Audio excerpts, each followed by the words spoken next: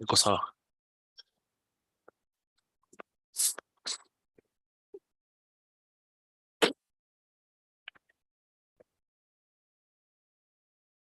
Hello, and welcome to another episode of the Markets at a Glance series. My name is Rufas Kamau, Markets Analyst at FX Pesa. So as you all know, today is Tuesday, and we are getting to see some increased volatility in the markets after having a largely quiet Monday, and this is very much welcome. So we know that as traders, we only make money when prices are moving. So whenever there is a volatility, then there is trading opportunities. If there is no volatility, then it basically means no trading opportunities.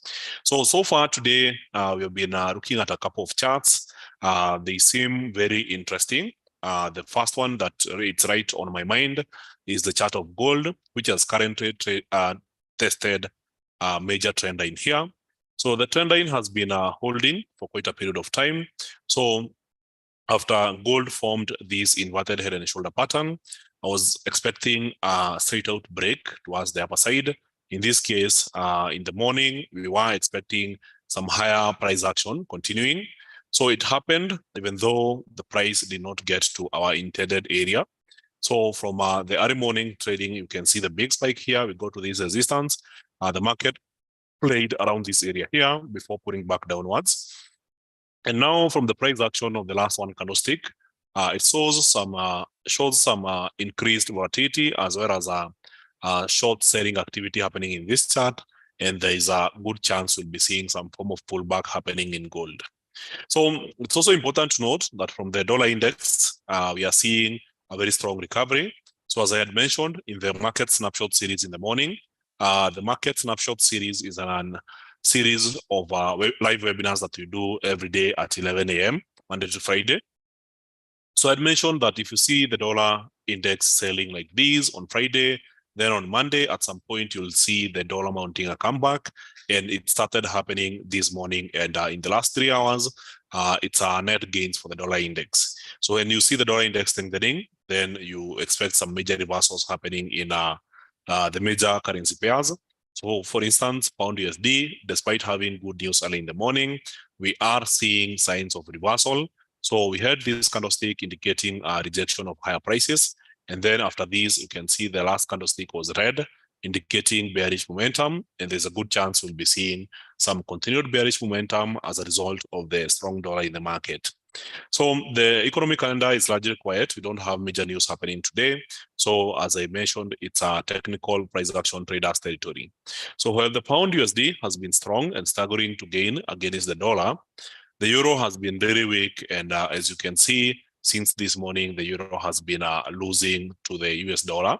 So the early gains made in the morning have already been erased. And we are on course to test this particular high that we saw last week on Friday of 1.09719. So for USD CAD, it's a similar case. The dollar is picking up pace, reversing the expectation that the price would drop to this area here. And now that we are seeing some increased momentum towards the upside, now the very short-term target for an intraday trader remains yesterday's high, which is a couple of pips up at 1.322997, or basically 1.33. So USD JPY, on the other hand, has been consistently moving downwards. So we have started seeing some signs of rejection of lower prices. We don't have confirmation yet that the dollar is beginning to rally against the yen. So far, this is still quite weak, not significant enough to warrant going for a bullish position. But then it's a case of wait and see. As I had mentioned, there's a good chance we'll be seeing some further downside, perhaps retesting this area of around 138.75 before we start looking for bullish positions. So gold seems pretty interesting after making this sharp drive downwards. So if you happen to see gold retesting this area, then we'll be trading the early morning thesis that prices could potentially continue moving higher after completing this reversal pattern of an inverted head and shoulder. However, for now, what we are seeing is the market losing momentum. So I expected this drop to continue sharply. So the current candlestick on the 50-minute chart has not yet closed. So if it closes lower, then it will basically imply that there's more selling pressure, and we continue trading the price action as it shows us. So in this case, if the current candlestick crosses lower, then the short selling positions continue. So in this case, we have already bounced from a major resistance level, and there's a good chance we'll be seeing some further downside before we look at a continuation of the same. So for AUDUSD, it was a clearly very nice drop. So after bumping of this upper trend line, now it's going further back downwards. And now the immediate target goes to the trend line here on this pattern. So the trend line is somewhere around 0.66228. So in this case, I will be expecting price to continue moving downwards as the dollar strengthens against the Australian currency, all the way down to around 0.66228. So US equity indices have been really struggling today. As you can see, it's not very strong momentum. So for the NASDAQ, you can see since the beginning of the day, an attempt to go up met by an attempt to go down, up, down, up, down. And now it seems like the market is really struggling to break that level. So there is a good chance we'll be seeing some form of correction coming from these, where prices could potentially drop back downwards. And of course, the immediate target is just on this previous low of around 14,974, or basically the area around 14,000. This is almost somewhere below 15,000. So there is a good chance we'll be seeing this happening. And it's the same story for S&P 500. So a really strong struggle to get to this particular trend line. So if you go to the 1 hour chart, this is how it looks like. So we are at a very critical level where the market is either breaking this particular trend line and trading higher, or facing this area, being unable to break and going way back down to around 4,385. So for now, it's a case of wait and see.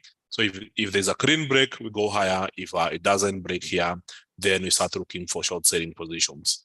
So as for USD, this is what we are seeing. The market that was currently testing a major resistance level was unable to break early this morning, pull back downwards before eventually breaching higher. So now we have a clean break in USD, and now it's a confusing signal because there's a good chance we'll be seeing some further upside happening in the Dow Jones index. So for Brent oil, we mentioned this morning that after breaking this particular formation here, the overall expectation is that Brent oil continues trading higher until it gets to the top of the pattern here, which is around $80 per barrel.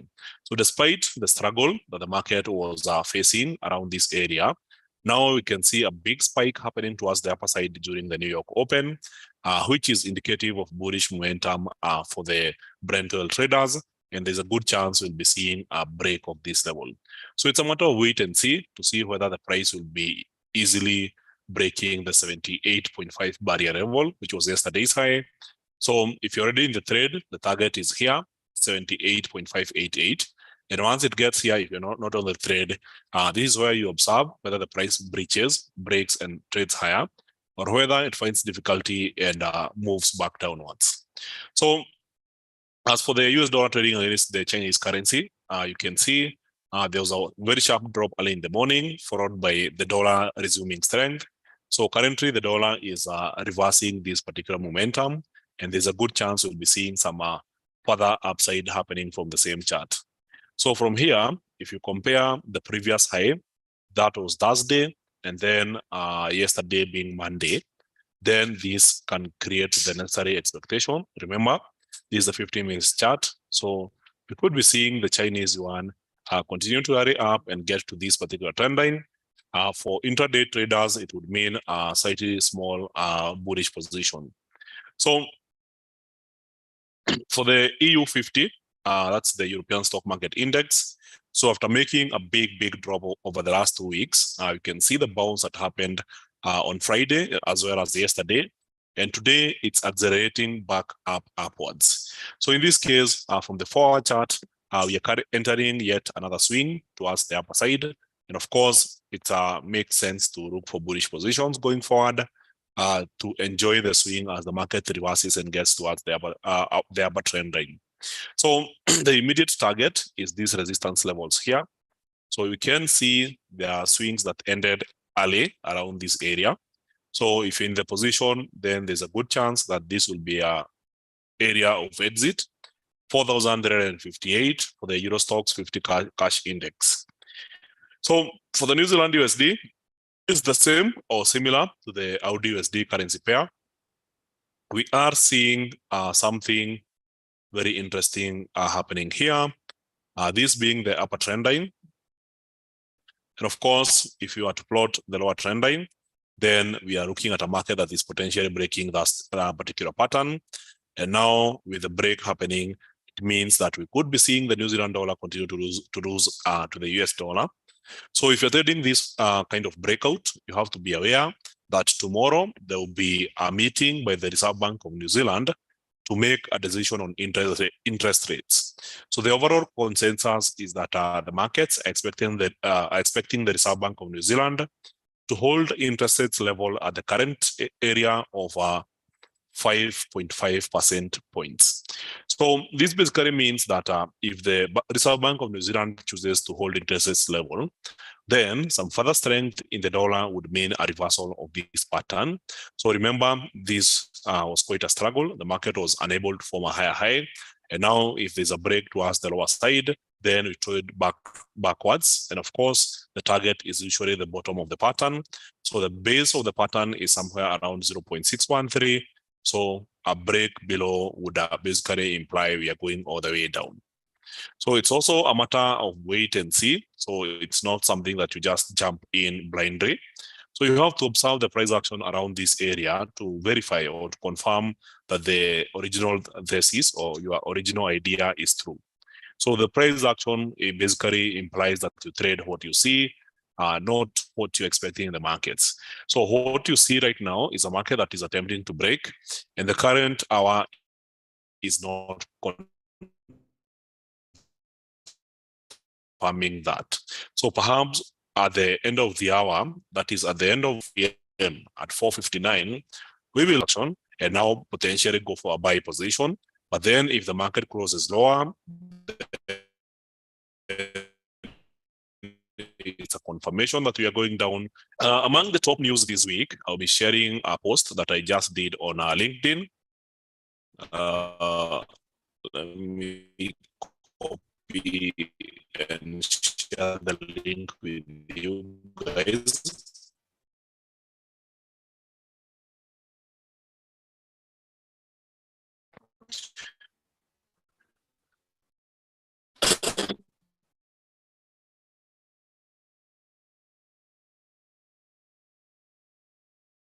So there is the link. So hello, Charlie, and hello, Charles. I can see Lemuel, Rebecca, Sharon. Hello, Owen, Carol, and Joseph. Thank you, that 100. Thank you for joining the session. Today is paying, so gets buy bias 50. Yes, share the market.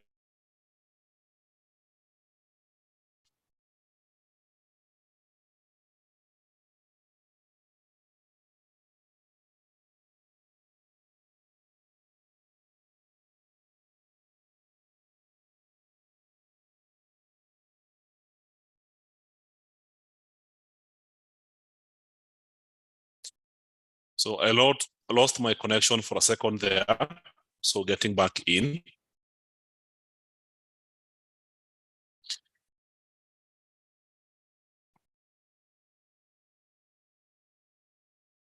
Awesome.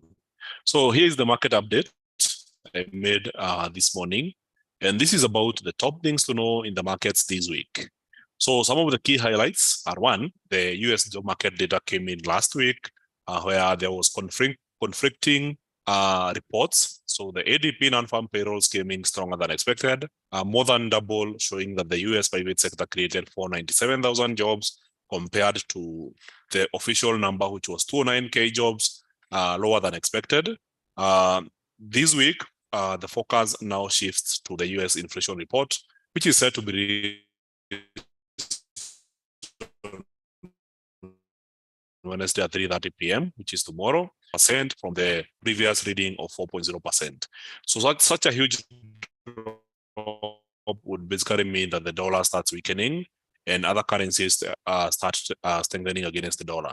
So if inflation comes in hotter, strong, close to 4% or even higher, then in that case, we might consider trading the dollar higher as a result of further tightening from the Fed. So the S&P 500, the NASDAQ, and the Dow Jones all traded lower last week. So they had a losing week last week, and they may continue correcting this week as Americans deplete excess savings that they had stockpiled during the COVID-19 pandemic. So there's a particular index tracking the excess savings that the Americans had made, and it's currently showing that in the first quarter of this year, those savings were depleted. And another key index that you need to learn about is US credit card debt, which has also increased to an all-time high of $986 billion. And this is on course to reach the 1 trillion mark. And still, it's important to note that this level of debt is an all-time high. So the average annual percentage rate on the credit card debt is increased to 20.68 in the second quarter of 2023. So 20.68 is the interest rate that is paid on credit card once you default. So if you use your credit card debt limit and pay that within 1 month, you don't pay interest. But if you are unable to pay and it flows on to the next month, then you start paying an interest rate or a fine on that. And the current average in the US is 20.68%. So it's a big bomb happening here. And with all these Americans being this indebted, savings running out, then we are going to start seeing the result of this curve in company earnings. And of course, remember the earnings season is back. So we'll be expecting to see some earnings happening this week.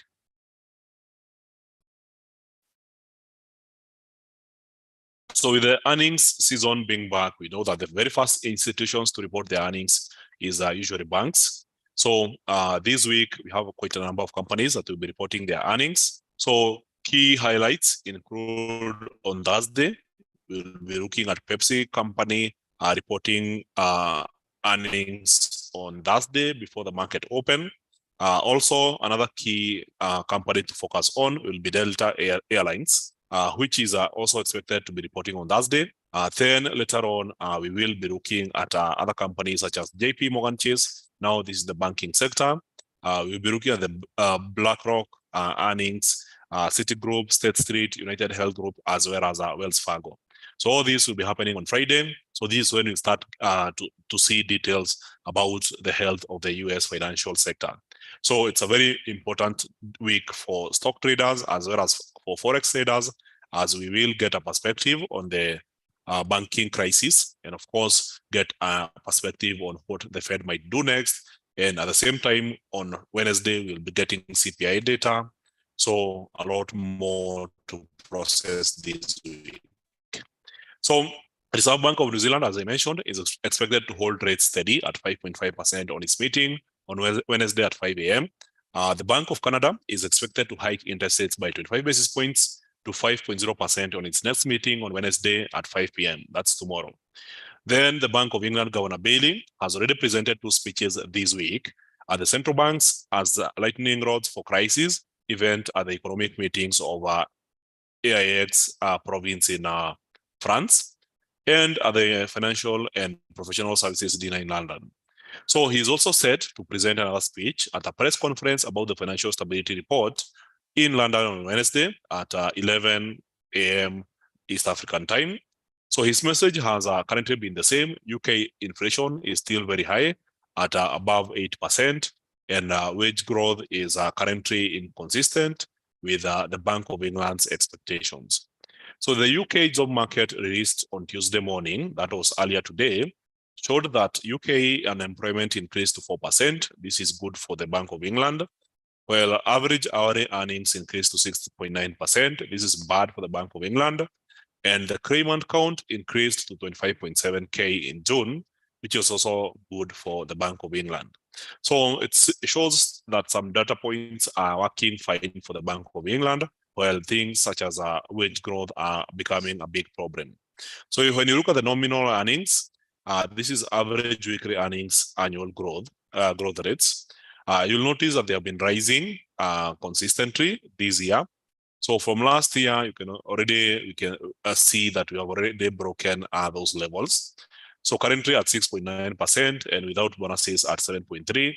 And of course, real earnings, which is average weekly earnings annual growth rates for real pay with bonuses, they are down. And when we talk about real earnings, they're basically inflation adjusted earnings. So since the inflation is higher than the rate of growth of wages, then you can see that real earnings are going down, meaning that the average worker in the UK, if they did not get a pay raise over the last 1 year and their salary remained stable, then they are losing in terms of purchasing power by a rate of 1.2%. And this is as a result of the high inflation, which is affecting the people living within the UK.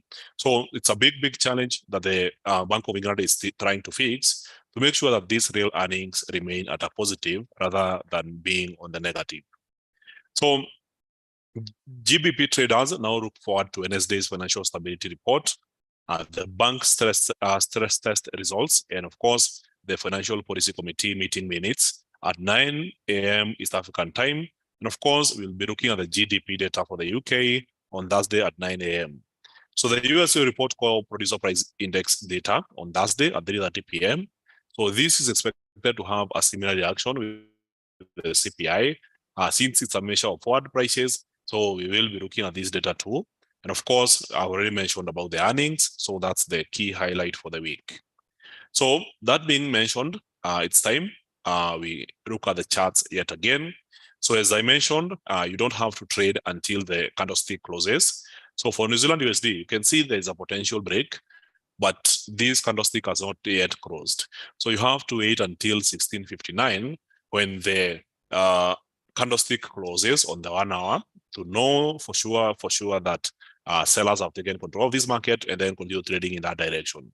So in this case, the expectation is that the dollar continues strengthening in the markets. And as a result, we keep trading these reversals happening in major currencies. USD dropping down further. For gold, dropping down further, of course. For USD JPY, I mentioned that it's a little bit tricky. But now, if this candlestick was to close like this, then it would be an indication of a strong bullish entry. And this could be what we are waiting for to trade even higher. So for USD CAD, similar case. Dollar the Canadian dollar, Euro USD trading downwards, Pound USD down, of course, for the dollar index.